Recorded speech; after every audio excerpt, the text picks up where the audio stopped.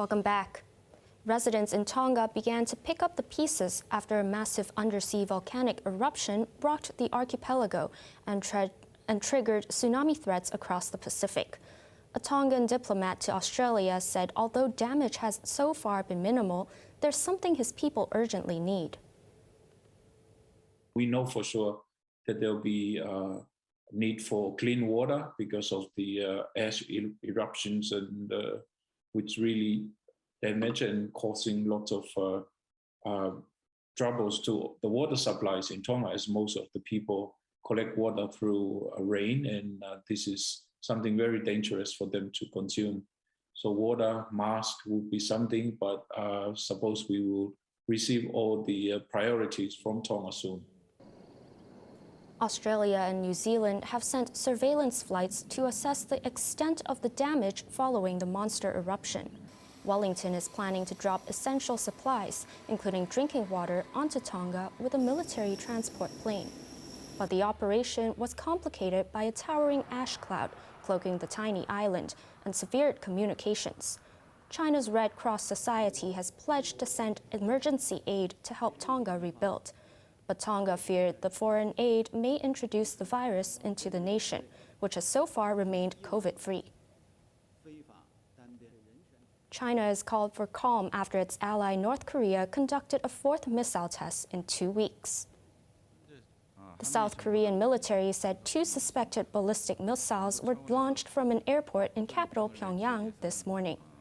The objects traveled for around 380 kilometers before plunging into the waters off the east coast of the Korean peninsula. Japanese Prime Minister Fumio Kishida told officials to ensure the safety of vessels and aircraft in the region. Earlier this morning, North Korea claimed to have successfully test-fired hypersonic missiles before launching 2 short-range ballistic missiles from a train. Back in Hong Kong, a salesman has been acquitted of manslaughter after the man he pushed during a scuffle hit his head on the ground and died days later. The incident took place after a mass protest on Hong Kong Island in June 2019. The case that was meant to take up 12 days of court hearings ended in just a week. A 7-member jury today found Leung Ching-yin not guilty of manslaughter, ending more than 2 years of emotional struggle for the salesman. The incident took place after a mass protest on Hong Kong Island on June 16, 2019, a day after Chief Executive Carrie Lam announced the shelving of the controversial extradition bill.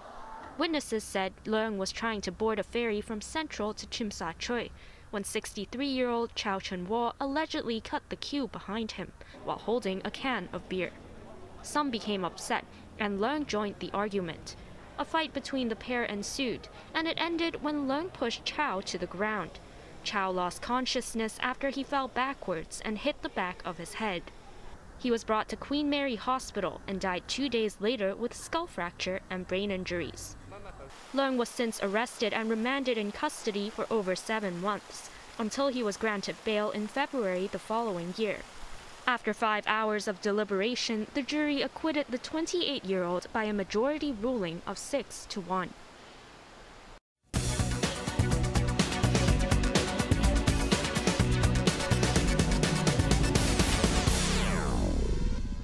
China's economy grew by 8.1% last year, beating expectations. The results came despite a significant slowdown in the fourth quarter, when a COVID resurgence and a real estate downturn hampered momentum. Chloe Feng reports.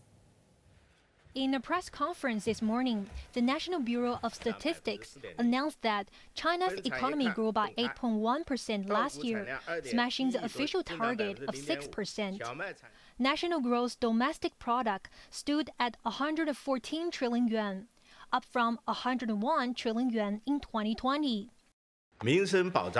The national economic recovery and development were sustained, reform and opening up and innovation were further advanced.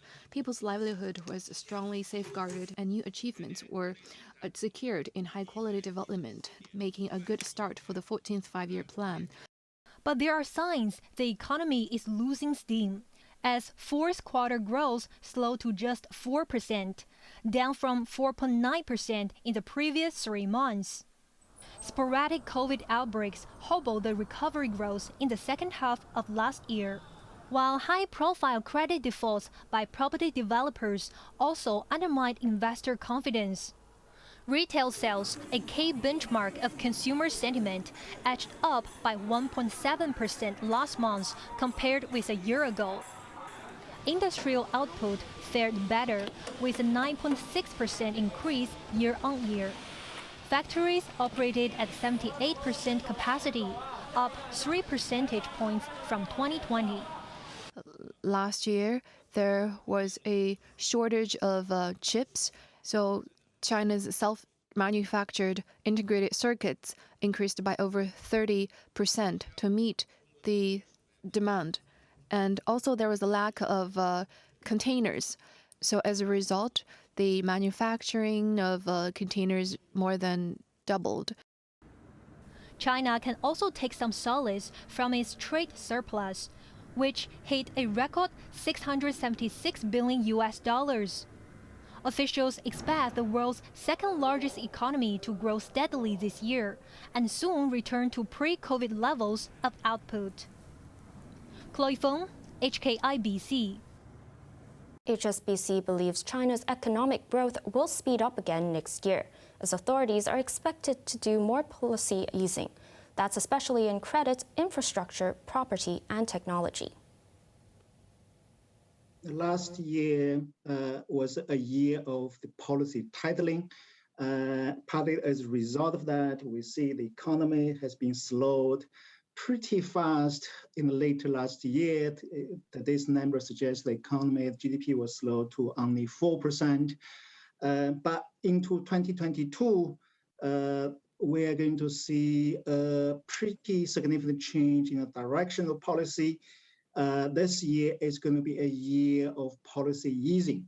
It's likely to lead to a modest recovery in the Chinese kind of GDP growth rate from current level of 4% to close to 6%, or at least about 5.5% ahead of the Party Congress in the autumn. Now let's take a look at the markets. The Hang Seng Index ended the day down 165 points. To the top 10 active stocks, Tencent down $7.80, Tracker Fund down 14 cents, Meituan down $4, Alibaba down 80 cents, and HSBC up 45 cents. Galaxy Entertainment up $2.95, Sands China up $2.68, BYD Company up $4.40, AIA was down $1.30. To the forex trading against the Hong Kong dollar, the euro is trading at 8.88, British pound at 10.63, and Australian dollar at 5.62. Over in the UK market, the FTSE 100 is up 54 points. On to the weather now. Stay warm, as tomorrow morning will be cool with 1 or 2 rain patches. Temperatures will range between 15 and 18 degrees. Wednesday and Thursday will be mainly cloudy with sunny periods. Now let's take a look at the weather around the world.